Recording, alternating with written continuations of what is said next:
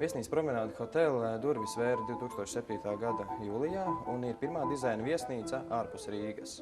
Vēl ievērīgs cienīgs fakts ir tāds, ka šī ir pirmā piedzvaigžņu kategorija viesnīca ārpus Latvijas galvaspilsētas, tikai 6. viesnīca Latvijā, kurai piešķirta starptautiskais ekosertifikāts zaļā atslēga, un vienīgā viesnīca, kuras lobijā ir iekārtota tātad mākslas galerija.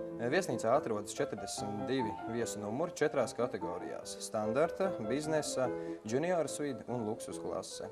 Klientiem, protams, piedāvājam arī dažādus īpašos piedāvājumus un akcijas, piemēram, atpūta nedēļas nogalēs ar vakariņām restorānā, atlaižu apjoms piedāvājam tiem atpūtniekiem, kuri uzturs viesnīcā ilgāk. Un sevišķi pieprasīts ir romantiskās piedāvājums ar pārsteigumu no stendera, kosmētikas, vīnu un augļiem numuriņā un daudz ko citu. Restorāns Piano darbību uzsāka līdz ar viesnīcas atvēršanos, un atpūtnieki ļoti iecienījuši ir klasiski ekstravaganto interjeru un šefpavāra Juri Ķipsa radīto Eiropas virtuvi. Katru nedēļas nogalu uz gandrīz 100-gadīgā flīģeļa spēlē mums arī pianists. Tāpat piedāvājam iespēju organizēt saviesīgas pasākumus viesnīcas konferenču un banketu centrā. Pirmajā stāvā atrodas kamīna zāle un rožu zāle, kas iekārtotas īpašu banketu norisēm. Otrajā stāvā savukārt iekārtotas 2 konferenču un semināru zāles.